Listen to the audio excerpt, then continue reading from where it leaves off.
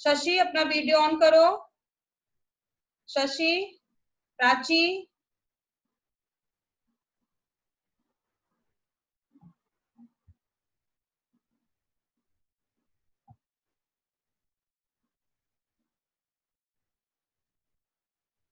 अनामिका भी I think admit हो रही है। तो आप सभी बच्चों को मैं बता दूं कि आपकी जो क्लास है वो आज एक तरह से रिवीजन क्लास है। ठीक है, रिवीजन मतलब समझते हो? आज तक मैंने जितना भी पढ़ाया है, जितने भी श्लोक कराया है, जो भी बताया है, उसे मैं एक बार समझाऊंगी और बताऊंगी। तो सबसे पहले हम ये जानेंगे कि आपकी पेपर अभिज्ञान शाकुंतलम या ग्रामर में क्या है, क्या नहीं पढ़ना है, क्या पढ़ना है और किस दृष्टिकोण से पढ़ना है इत्यादि। बेटा पहली चीज ये कि आपका 2 पेपर होता है, इसको दोनों पेपर मैं ही पढ़ाऊंगी। फर्स्ट पेपर में अभिज्ञान शाकुंतलम एक पुस्तक है जो कालिदास कृत रचित है, उन्होंने इसे रचा है और वो एक नाटक है। वो पूरा 7 अंकों का है, 7 अंकों का यह नाटक है और टोटली सभी अंकों को आपको पढ़ना होगा। ठीक है, और इस पूरे ही इस फर्स्ट पेपर में उसी से आधारित आएंगे प्रश्न। तो कुछ भी आ सकते हैं, जैसे कालिदास संबंधित प्रश्न आ सकते हैं। इसके साथ ही साथ पुस्तक से संबंधित, यानी कि कोई भी अभिज्ञान शाकुंतलम से रिलेटेड उस पुस्तक से किसका वर्ण विषय कैसा है, इसके प्रकृति निरूपण क्या है, रस निरूपण क्या है इत्यादि। तो इस टाइप के आपके प्रश्न आएंगे। सबसे मूल भाग है यानी कि व्याख्या भाग, जो पूरे श्लोक प्रकरण का ही आता है। उसके गद्य का नहीं आता है, श्लोक ही पूछा जाता है और उसको एक्सप्लेन करना होता है। तो संदर्भ, प्रसंग, इन सभी के साथ आप श्लोक को एक्सप्लेन करोगे। तो कहने का तात्पर्य है कि आपका फर्स्ट पेपर में कुछ भी नहीं है, सिर्फ और सिर्फ पूरी प्रॉपरली 7 अंक आपको पढ़ना होगा। दूसरी बात, इसके साथ ही साथ संस्कृत साहित्य का इतिहास भी है। उसमें एकदम माइनर चीजें दिया है, जैसे कि कोई राइटर है, उनकी रचना कौन सी है। जैसे सपोज पूछ लिया कि कवि भास ने कितने रचना लिखी है, तो मैं क्लास के दौरान ही मैंने बहुत सारे शॉर्ट क्वेश्चन भी लिखवाए हैं। जो बच्चे रेगुलर क्लासेस अटेंड किए हैं उन्होंने नोट भी किया होगा। तो भास के 13 रचनाएं हैं। एटलीस्ट आपको 13 रचनाएं अगर याद रहता है तो आपको परीक्षा में उनकी कोई भी कृति पूछ लिया तो आप फटाक से बता दोगे कि यस मैम, इसका उत्तर ये है। तो आपका वो प्रॉब्लम सॉल्व हो जाएगा। इसके साथ ही साथ कालिदास की रचनाएं, यानी कि उनकी टोटल जितनी भी रचनाएं हैं, 7 रचनाएं हैं, उन सबको अच्छे से जानिए। जैसे कि उसके नायक कौन है, नायिका कौन है। सपोज उन्होंने नाटक 3 लिखा है, अभिज्ञान शाकुंतलम लिखा है, मालविकाग्नि मित्रम लिखा है और विक्रमो उर्वशीयम लिखा है। ये 3 नाटक हैं। तो पूछ लिया कि विक्रमो उर्वशीयम के नायक कौन है, या मालविकाग्नि मित्रम का जो कथा वस्तु है उसका मुख्य नायिका कौन है। इस टाइप के कोई भी प्रश्न पूछा जा सकता है जो 2 से 1 नंबर का हो सकता है। तो इसके लिए आपको संस्कृत साहित्य का इतिहास एक पुस्तक भी होती है, लेकिन उसके साथ साथ मैं पुस्तक भी आपको पीडीएफ में प्रोवाइड कराती हूँ और बच्चे उसको रीड भी करते हैं। सब कुछ आपको अवेलेबल है, लेकिन उसके साथ ही साथ आप नोट्स भी बनाइए, यानी कि लिखिए भी। केवल मेरे कंटेंट भेज देने से या वीडियो बना देने से उससे कुछ काम नहीं चलने वाला। आपको किसी भी हालत में वो नोट्स बनाना ही होगा, क्योंकि मैं क्लास के दौरान भी शॉर्ट क्वेश्चन आपको देती हूँ कि आप उसे नोट करिए और वो शॉर्ट क्वेश्चन बहुत इंपॉर्टेंट भी होते हैं। तो ये तो बातें हो गई पेपर की, फर्स्ट पेपर। अब सेकंड पेपर में अनामिका अपने को अनम्यूट करो। सेकंड पेपर में जो सबसे मेनली है वो है एक पुस्तक शुकनाशो उपदेश। यह बाणभट्ट की कृति है और कादम्बरी, जैसा कि आप लोगों ने अगर इंटर में संस्कृत लिया होगा तो इंटर में सिलेबस में था वो, तो कादम्बरी का एक पार्ट है। जैसे कि राजा शूद्रक है जो नायक है, उनको राज संबंधी और सिंहासन जो धारण कर रहे हैं उससे संबंधित जो भी शिक्षाएं हैं, उसी शिक्षाओं का निरूपण शुकनाशो उपदेश में किया गया है। उसका नाम ही है शुकनाश उपदेश, यानी कि शुकनाश एक मंत्री थे राजा के, राजा शूद्रक के, और उनका उपदेश दिया जाना इस पूरे पुस्तक में निबद्ध है। तो ये चीज आपका हो गई पेपर। और दूसरी, केवल इस पुस्तक बहुत ही छोटा प्रकरण लिया गया है, थोड़ा सा ही है, क्योंकि मेनली वो ग्रामर पूछा जाता है। ग्रामर में आपका निबंध हो सकता है, अनुवाद हो सकता है और धातु रूप, शब्द रूप, उनकी व्याख्या आती है। तो वो कुछ ऐसे ही ग्रामर के भी होते हैं, वो भी आपको कराया जाएगा। लेकिन अभी मैं शुरुआत में फर्स्ट पेपर ही करवा रही हूँ, तो 6 दिन आप फर्स्ट पेपर ही पढ़ोगे। अभिज्ञान शाकुंतलम की पुस्तक अगर आपको मिल जाए तो बहुत अच्छी बात है, और अगर नहीं मिलती है तो मैं जो भी आपके पास पीडीएफ भिजवाती हूँ या सेंड करती हूँ या आप स्लाइड शेयर में डाल रही हूँ, उसे आप जरूर प्रिंट निकाल लीजिए। उससे फायदा आपका ये होगा कि आप बेहतर तरीके से इसको पढ़ सकेंगे, क्योंकि मोबाइल की बैटरी डाउन होगी, कोई और समस्या आ सकती है, तो वो सब समस्याएं ना आए।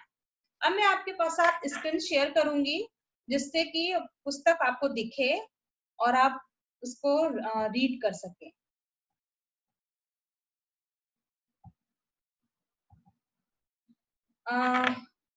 आई थिंक सबको दिख रहा है,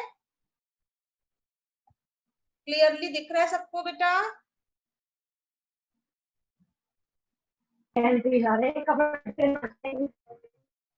ईशा, ये दिख रहा है?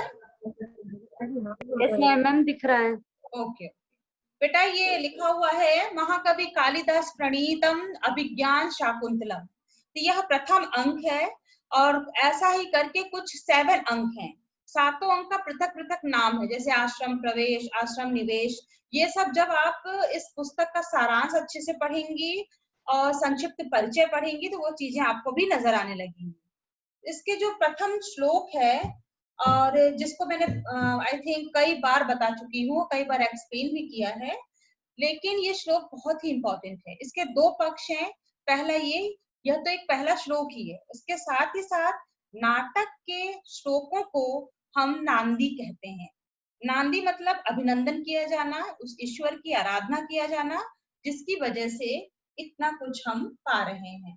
तो उस नांदी के रूप में कभी ये प्रश्न पूछा जाता है कि अभिज्ञान शाकुंतलम के प्रथम अंक के नांदी में किस देवता की आराधना की गई है? तो इसका उत्तर है शिव भगवान की, और इसमें स्पष्ट लिखा हुआ है कि, इसे मैं एक बार श्लोक भी आपके सामने पढ़ देती हूँ।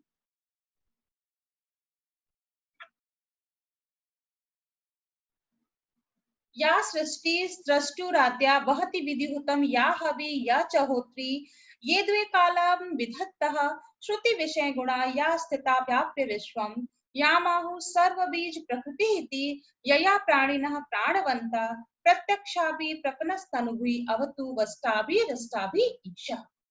क्या है इसमें? या सृष्टु आद्या सृष्टि, यानी कि जो विधाता की पहली सृष्टि है। पहली सृष्टि क्या है?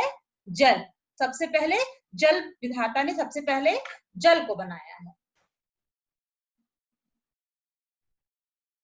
अब कहते हैं या विधिहुतम हवि वहति। इसका मतलब है विधिहुतम यानी विधि पूर्वक की गई हवन को जो हवि करता है, यानी कि पहुंचाता है देवताओं के पास, वह दूसरी मूर्ति कौन है? अग्नि रूप मूर्ति।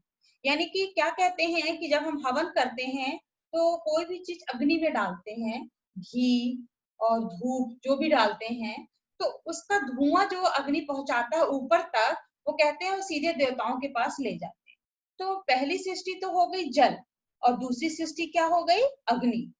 उसके बाद है या च होत्री। होत्री यानी जो हवन कर रहा है, यानी कि जो होता है, यानी कि तीसरी मूर्ति यजमान रूप मूर्ति। उसके बाद है ये द्वे कालम विधत्तः, जो कि जिससे कि 2 समय का, 2 काल का विधान किया जाता है, यानी कि निर्माण किया जाता है। वो कौन है? सूर्य एवं चंद्रमा। श्रुति विषय गुणा, और शब्द ही जिसका गुण है। शब्द किसका गुण हो सकता है?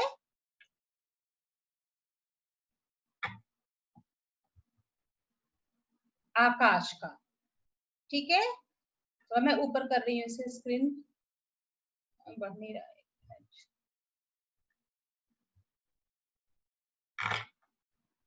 तो वो धीरे धीरे जितनी भी सृष्टि है, मतलब 8 रूप है ईश्वर के, उन्हीं 8 रूप के बारे में बता रहे हैं। तो पहली सृष्टि हो गई जल, दूसरा हो गया अग्नि, तीसरा खुद होता यानी कि जो यज्ञ हवन कर रहा है, और चौथा और पांचवा हो गए सूर्य और चंद्र। छठा हो गए आकाश, यानी कि श्रुति जिसका गुण है, शब्द ही जिसका गुण है, और जो कि स्थिता व्याप्त विश्वम, जो संपूर्ण विश्व में व्याप्त भी है। संपूर्ण विश्व में विद्यमान है और शब्द जिसका गुण है, ये सब किसकी विशेषताएं हैं? आकाश की विशेषताएं हैं। याम आहु सर्व बीज प्रकृति इति, जो कि सभी बीज यानी कि सभी मूल कारण है, यानी कि प्रकृति है, अर्थात धरती या पृथ्वी। और यया प्राणिनः प्राणवन्तः, जो प्राणी जिसको प्राण धारण करता है, यानी कि वायु। तो 5 ये हो गए। पहला हो गया जल, दूसरा अग्नि, तीसरा हो गया, अनामिका बार बार बाहर जा रही है फिर आ रही है, क्या कर रही है? पहला हो गया जल, दूसरा अग्नि, तीसरा होता, और चौथा और पांचवा सूर्य चंद्रमा, छठा आकाश, और सातवां प्रकृति सॉरी पृथ्वी, और आठवां आखिरी हो गए वायु।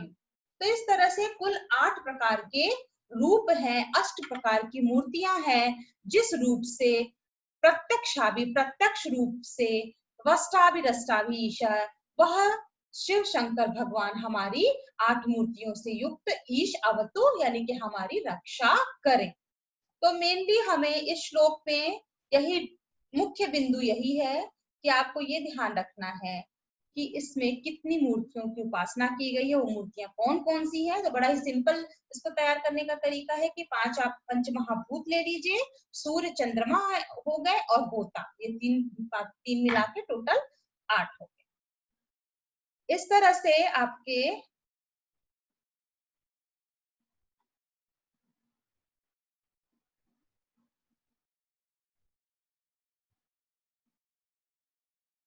ये पूरा जो आप एक्सप्लेन दिया हुआ है, आप उसे रीड भी करोगे, क्योंकि आपको इससे समझ में आएगा, कुछ नई बातें भी मालूम चलेंगी।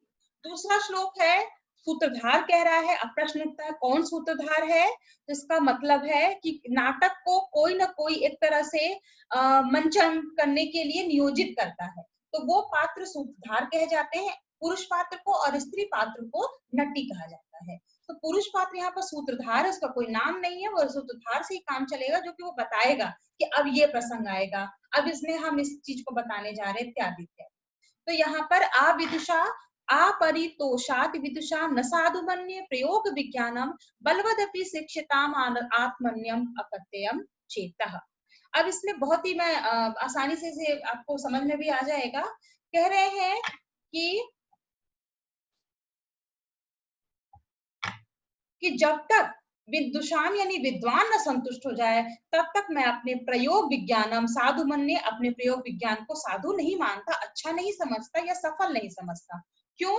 क्योंकि विशेष रूप से शिक्षित भी हो, बलवदपि शिक्षिताम, विशेष रूप से शिक्षित होने पर भी आत्मनम अप्रत्ययम, खुद के विषय में अविश्वास ही होता है। यानी कि अगर कोई काम आपको सौंपा जाए, तो भले आप अच्छे से प्रिपरेशन किए हो, सब कुछ आता हो, लेकिन थोड़ा सा हिचक होती है कि पता नहीं कैसा किसको लगेगा। तो ये बात है यहाँ पे।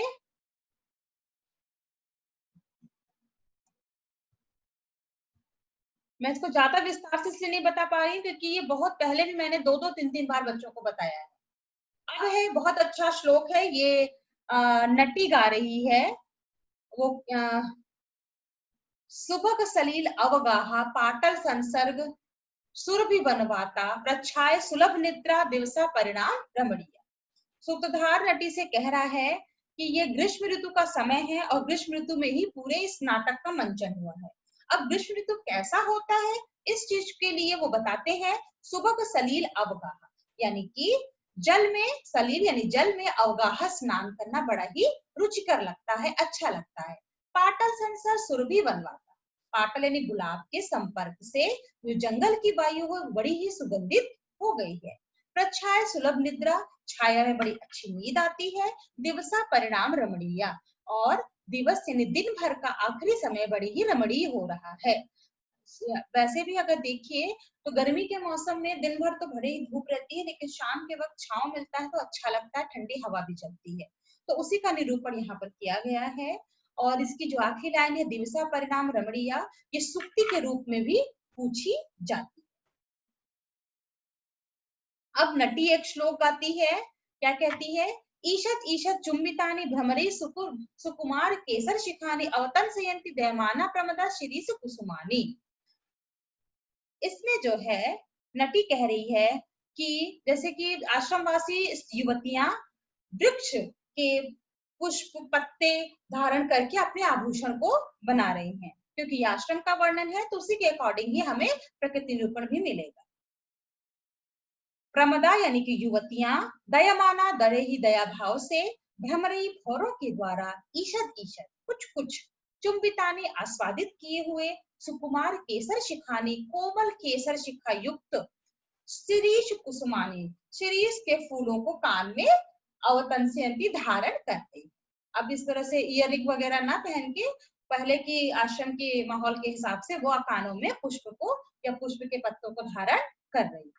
तो इस श्लोक का ज्यादा महत्व नहीं है, मतलब मूल रूप से यही है कि ये नटी सुना रही है, राग के साथ गा रही है और इसमें आश्रम वासिनी युवतियों का वर्णन किया गया है कि वो किस प्रकार से आभूषणों को धारण करती है। अब आपका 5वां श्लोक है जो कि सूत्रधार कहता है, अब इतने राग में नटी गाती है तो उसकी प्रशंसा में कहता है तवास में गीत रागे। आई होप सबको दिख रहा है ना बेटा, स्क्रीन तो सबको नजर आ रही है? Yes ma'am. हाँ ओके। तवास में गीत रागेण हरिणा प्रसभम हता एष राजे दुष्यंत सारंगेणा तिरस्सा। तुम्हारे संगीत के, यानी कि नटी से कह रहा है सूत्रधार, जो तुमने इतने ही राग के साथ संगीत गाया या संगीत के राग से मैं उससे एकदम प्रसभम रहता, बलपूर्वक हर लिया गया, ठीक उसी प्रकार जैसे कि एष राजीव दुष्यंत राजा दुष्यंत सारंगेण अरहसा अति ही वेग वाले हिरण के द्वारा हर लिए गए। यानी कि हिरण अति वेग वाला है, तेजी से चल रहा है और राजा दुष्यंत उसके पीछा कर रहे हैं, तो वो जहां लेके जा रहा है वहीं वो पहुंच गए, यानी कि उनके द्वारा हर लिए गए। तो यहाँ पर इस तरह से प्रस्तावना समाप्त हो रहा है। नीचे देखिए मैंने इसको सर्कल किया हुआ है, यहाँ पे प्रस्तावना समाप्त लिखा है। इसका मतलब है कि ये भूमिका, जब हम किसी चीज कोई क्वेश्चन भी लिखने जाते हैं ना, तो उसको शुरुआत में 1-2 लाइन थोड़ी सी प्रस्तावना बनाते हैं कि वो क्वेश्चन कैसा है, किससे संबंधित है, संदर्भ क्या है, प्रसंग क्या है, या यहाँ ये प्रश्न की क्या औचित्य है, इस टाइप के कुछ 2 लाइनें लिखते हैं। फिर नाटक में भी प्रस्तावना का पक्ष जो होता है उसमें विषय का चयन, यानी कि क्या होगा इस पूरे नाटक में, उसका थोड़ा सा संकेत होता है। सभी प्रस्तावना को आगे की बात वो दूसरे रूप में बताते हैं। कुछ चीजें उससे मैच करती हैं, कुछ प्रत्यक्ष होती है, कुछ अप्रत्यक्ष मैच करती है, तो वो प्रस्तावना कही जाती है। यानी कि पूर्ण रूप से एक संक्षिप्त परिचय दिया जाना ही प्रस्तावना के अंतर्गत आता है। तो ये आपका 1 से 5 तक हो गए। अब उसके बाद आपका आता है श्लोक संख्या 6 से लेकर के 11 तक। ये भी मैंने पढ़ा ही दिया है, पर चूंकि आज आपकी रिवीजन क्लास है इसलिए मैं इसे करा रही हूँ। ईशा बेटा स्क्रीन दिख रही है सभी को? मैम दिख रही है। ओके। 6वां श्लोक है, देखिए कृष्ण सारे ददत चक्षु त्वयि ताधिज्य कर्मुके मृगानुसारेण साक्षात पश्याम्योपिना। अब वो प्रस्तावना था, प्रस्तावना में सूत्रधार भी था, नटी भी थी, क्योंकि वो स्टोरी को बता रहे हैं कि इस स्टोरी में ये आने वाला है, इस स्टोरी में ये, अब ये दुष्यंत आ गए, अब दुर्वासा आ गए, ऐसी बातें बता रहे। लेकिन अब वो पक्ष खत्म हो गया, वास्तव में अब अभिनय चल रहा है। उस अभिनय में दुष्यंत है, रात पे बैठे हुए हैं और उस सारथी उनसे क्या कह रहा है, यहाँ पर ये श्लोक में बताया गया है। सारथी कहता है कि कृष्ण सारे, इस कृष्ण सार मृग और आदिज्य कार्मुके धनुष चढ़ाए हुए आपको त्वयि चक्षु, जब मैं दृष्टिपात करके देखते हैं तो कैसे लगते हैं आप? मृग अनुसारिणी, मृग का पीछा करते हुए, साक्षात पिनाकिनीव पश्यामि एव, मैं साक्षात शिव को मानो देख रहा हूँ। यहाँ पर शिव का दूसरी बार जिक्र किया गया। प्रथम श्लोक में नांदी रूप में उनकी आराधना की गई और यहाँ पर दुष्यंत की शिव से तुलना की गई। तो तुलना किए जाने के यहाँ पे उपमा अलंकार है, तुल्य उपमा अलंकार है। क्यों? क्योंकि उपमा जिसकी दी जा रही है, तुलना की जा रही है कि दुष्यंत शिव जैसे दिख रहे हैं और शिव से तुलना किया जा रहा है, इसलिए यहाँ पर तुल्य उपमा अलंकार कहा जाएगा। हालांकि कालिदास अलंकार के लिए ही जाने जाते हैं, उपमा अलंकार उनका प्रिय अलंकार है, तो यहाँ इस श्लोक में भी हमें नजर आ रहा है।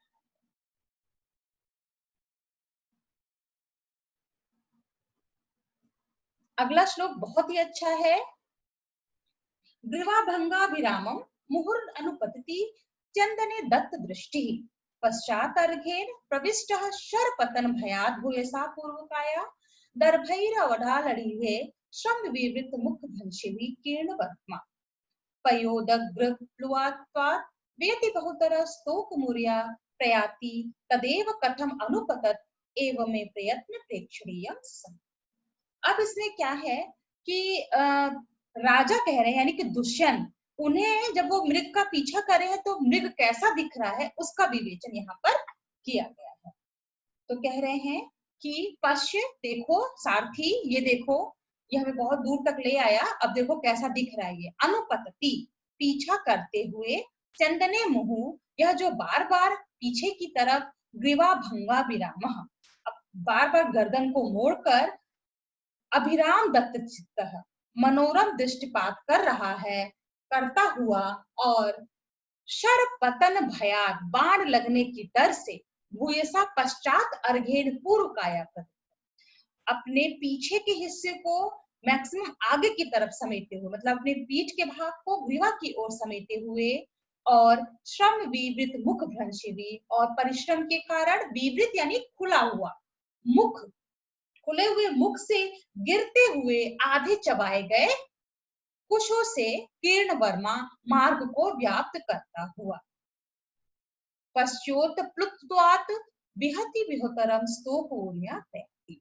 और उदग्र यानी कि उछल कूद के कारण, मतलब कूदने के कारण, वह वियति बहुतरम, आकाश में अधिक, ऊर्व्या स्तोकम, स्तोकम मतलब कम, ऊर्व्या यानी धरती, और धरती पर कम चल रहा है। जब हम जंप करते हैं और कहीं कूदते हैं तो हमारा पैर हवा में उड़ता है, तो कह रहे हैं कि वो इतना ज्यादा जंप कर रहा है कि उसका पैर जमीन में कम, आकाश में ज्यादा नजर आ रहा है। तो इन चारों में मृग की ही विशेषताएं बताई गई हैं। पहली बार में ये बताया गया है कि वो हमारे द्वारा पीछा किए जाने पर बार बार रथ की तरफ देख रहा है कि कहीं हमारे करीब तो नहीं आ गए, और ऐसा मनोहर दृष्टिपात कर रहा है, बड़ा ही सुंदर दिख रहा है। दूसरी लाइन में है कि बाढ़ न लग जाए, इस डर से वो अपने मैक्सिमम पीछे के हिस्से को आगे की तरफ समेटे हुए है।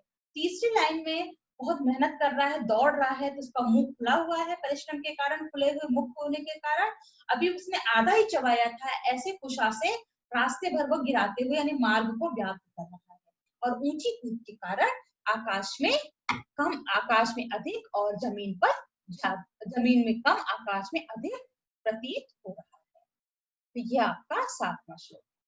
8वें में अब सूत ये बात यानी सारथी कह रहा है, दुष्यंत से कह रहा है कि ये घोड़े जो है मृग की वेग को बर्दाश्त नहीं कर पा रहे और अपनी स्पीड बहुत बढ़ा रहे हैं, क्योंकि भाई रथ से पीछा हो रहा नहीं, घोड़ा ही तो उसको खींच रहा है, कोई ऐसा तो है नहीं दुष्यंत तो दौड़ रहे हैं या खुद घोड़े पे बैठे हैं, रथ उसको खींच रहा है, दो दो घोड़े लगे हुए हैं। तो वो रथ कैसे, वो घोड़े कैसे दिख रहे हैं कि मुक्तेश रश्मिश निरायत पूर्वकाया निष्कंप चामर शेखा निर्भृत ऊर्ध्वकर्ण आत्मोद्धतेरपि रजोन अलंघनीया धावन्त्यपि मृगवाक्षमेव रथ्या। रश्मिषु मुक्तेषु, रश्मिषु यानी रस्सी को ढीली करने पर, लगाम को ढीली करने पर, अमिरथ्या ये घोड़े मानो, मृग जावक्षया मृग के वेग को न सहने के कारण, निरायत पूर्वकाया अपनी पूरे शरीर को आगे की तरफ फैलाए हुए, अपनी शरीर को आगे की तरफ फैलाए हुए, और चमर से युक्त, निष्कम चामर शिखा यानी चवर लगाए हुए, मतलब अपने कान में से कवर करके रेशमी उसका ऊन का मतलब बनाया जाता था जिससे वो सुंदर दिखते थे, तो उससे युक्त, और ऊर्ध्व करना, और अपने कान को ऊपर की तरफ उठाए हुए, आत्मो उद्धत अपने पैरों से उड़ाए गए, अपोरजो भी अलंघनीय अपने ही धूल से अलंघनीय होकर दौड़ रहे हैं।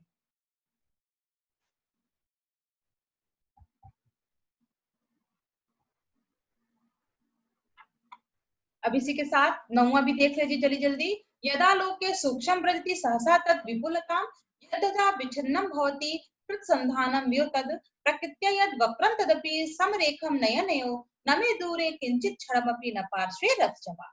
अब ये कह रहे हैं दुष्यंत कि वास्तव में जो चीज बड़ी ही दूर नजर आ रही थी, इतनी स्पीड है इस रथ में कि वो तुरंत ही पास हो जा रही है, और जो चीज एकदम पास में दिख रही है वो अचानक से ही दूर हो जा रही है। उसका रीजन ये है कि स्पीड बहुत ज्यादा। ट्रेन का उदाहरण हम वो कंपेयर कर सकते हैं।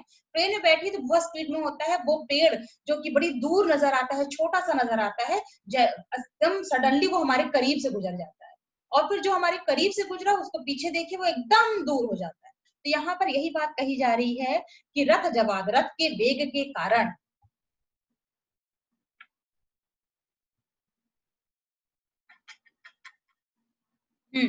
रथ के वेग के कारण जो अलोकम, जो कि छोटी दिखाई दे रही थी, सहसा विपुलम, अचानक से वह विशाल हो जा रही है। जो वस्तु विच्छिन्नम, विभक्त यानी टूटी सी दिखाई दे रही थी, वह कृत संधानम, अचानक ही जुड़ी सी हो जा रही है। वस्तुतः प्रकृत्या वक्रम तक, जो मार्ग टेढ़ा था, अपि नयने और समरेखम, वो आंखों में, आंखों के सामने सीधा हो जाता है। क्षणम अपि किंचित न में दूरम न में पार्श्वम, क्षण भर के लिए कोई भी चीज न तो मेरे दूर है और ना मुझसे पास में है। 11वां 12वां बहुत इंपॉर्टेंट नहीं है, लेकिन फिर से देख लीजिए। अब तपस्वी आते हैं, यानी कि आश्रम का वर्णन, तपस्वी आएंगे ही। 2 तपस्वी है। पहला तपस्वी कह रहा है कि हे दुष्यंत, इन मृगों को मत मारिए। क्या कह रहा है? क्वबत हरिकानम जीवितम चालोकम क्वच निष्ठान प्रधान वधशारा शरास, कि इस चंचल हिरण को मत मारिए या उस पे बाण मत चलाइए, अग्नि के तुल्य जो आपका बाण है, कृपया इस सुकुमार मृग पर मत चलाइए। क्यों? क्योंकि आपका यह बाण जो है तुच्छ इस हिरण पे जलाने के लायक नहीं है, क्योंकि ये बेचारे तो इतने कोमल से हैं, और आपका बिल्कुल अग्नि के तुल्य कठोर बाण है, तो कृपया इससे बाण मत चलाइए। तत् साधुकृत, तत् साधुकृत संधान प्रति संहरम सायकम, और आत्रताम न शास्त्रम न प्रहर्तु नागसी, तत्र, इस अच्छे प्रकार से धारण किए अपने धनुष बाण को उतार दीजिए, क्योंकि आपका जो काम है वह आत्रताम यानी सताए हुए को रक्षा के लिए, निरपराधों पर शस्त्र उठाने के लिए नहीं। तो ये आपका 10-11 तक हो पाया, क्योंकि 2:20 भी हो गए हैं।